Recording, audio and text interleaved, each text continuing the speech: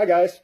Wanted to take a quick moment to wish you Happy New Year's, and I apologize for the hat. My hair is growing out. I typically shave it, and it's got a bit of bed hair still, and because it's short, it's hard to really, style it sometimes. So I'm just wearing this temporarily.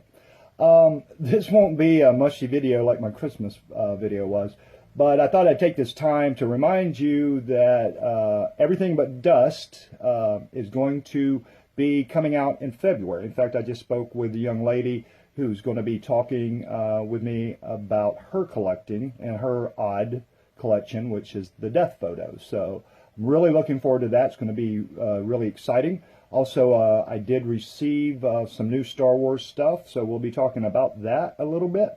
I was watching a show, and a guy had a really good point, but one I slightly disagree with personally. So I thought, that's a good way to look at something is two ways. That's the best way to learn, is to listen to both sides. So his statement was that, you will hear time and time again people, especially entrepreneurs who have succeeded, say to chase your dreams. It really is important that you do something you're passionate about, which I do. That what I'm doing with Resell and collecting is something I've always been passionate about, even before I knew the art of business or what have you. But his logic and his point was that that's not always the quickest way to profitability, because sometimes our passion doesn't match the market. And so, you may start a business that revolves around your passion, but there's no market for it, maybe not even globally. And I get that. That makes a lot of sense. I agree in the sense that we have to be honest with ourselves when we start a business about what is the purpose of starting a business, number one. And number two, do we really understand what is entailed to start that business and the inherent risk? You have to do that with all business. So, first of all, if you set out to start a business solely for making profit or getting rich, that's fine. Many people do. That's what drives capitalism. Then yes, in that case, you may want to just consider looking at a market item, something that's going to do you justice in that area. However, if like me, you consider, more importantly to you, the idea that you're wanting to do something fulfilling, right? You want to grow from within and without, if possible, but the money is not the primary thing. Then the journey itself is the important part. It's not necessarily what you're selling, okay? And I'm not saying, hey, go lose your savings and all to take a journey. No, you can learn about yourself cheaper ways.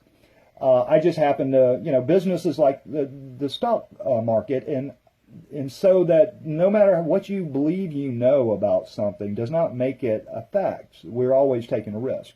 Many people said that Elon Musk was a terrible investment, and I'm talking about experts on TV channels, and they were wrong, okay?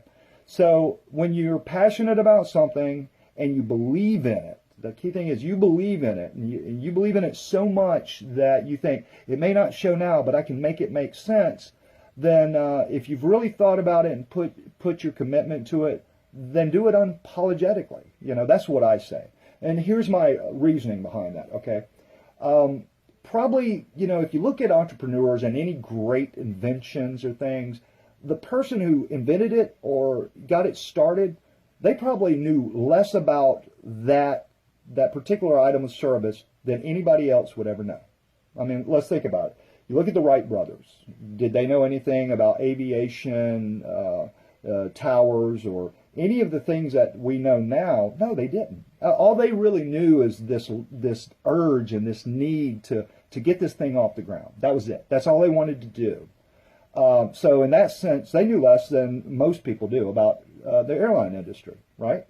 Okay, second thing is you look at Thomas Edison. Same thing applies there, invented a lot of what we consider to be electricity, light bulbs and what have you.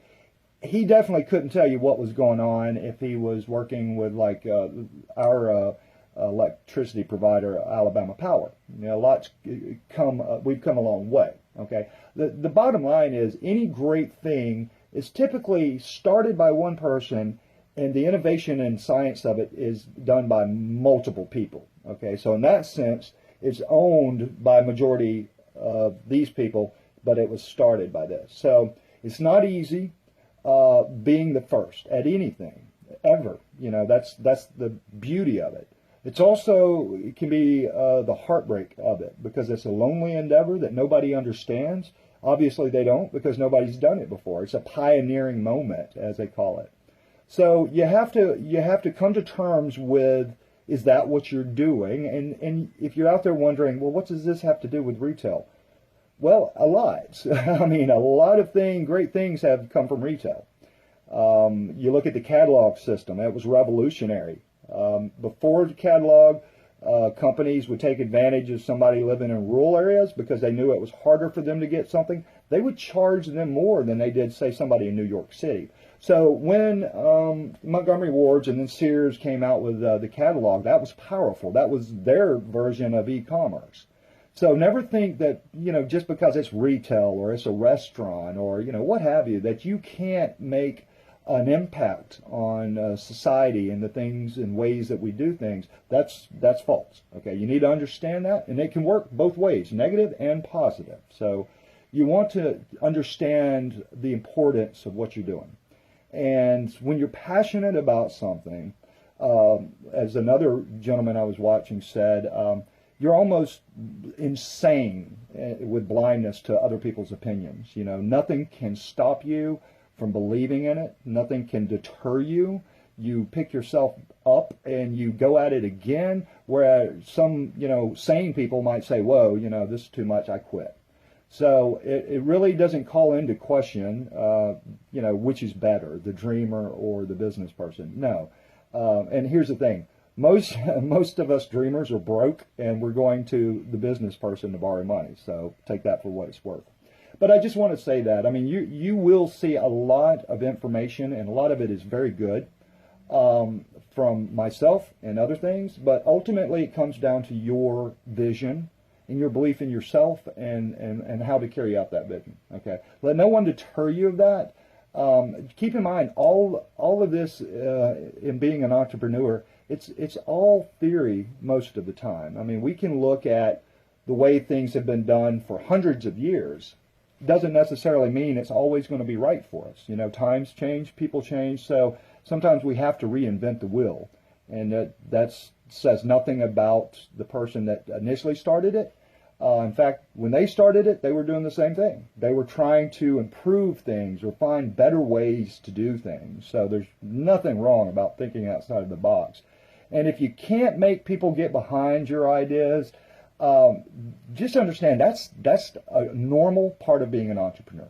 Okay, if you're sensitive, you really need to understand that, because it gets lonely when you're starting a business or pursuing a dream, especially if it's a you know, new idea or something that people aren't ready for. I'd refer you to the stories of Tucker that started the car company. There's so many different people that could their life story could give you examples of that challenge. Okay. But if you think you're durable and you know, you think you've got it, then by all means pursue it unapologetically. Okay. Also understand this. I mean, a lot of the things that you think you're capable of, the things you can endure, you're going to find out aren't necessarily true halfway through the journey.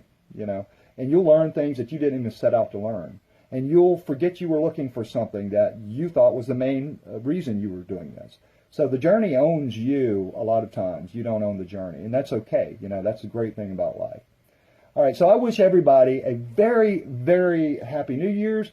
I am hoping to see a lot of you watch the show. Of course, as I always say, if you like the show, hit the like button. But by all means, if you don't, I don't expect you to lie, but I also encourage you to reach out to me and let me know what I could have done better or what it is you don't like about it. You know, I definitely don't encourage people to leave hate emails or messages, not because it's going to hurt my feelings. I'm beyond that. Because, you know, negative is a twofold bad thing. You know, it's usually bad for the person you're delivering it to, and it's bad for you. It's like radiation, you know. You'll get sick from it too. Negative has no benefits in that sense. All right, so Happy New Year's. Hope to see you at the show. You know, what more can I tell you? Star Wars, Dead People What more do you need to know? Peace.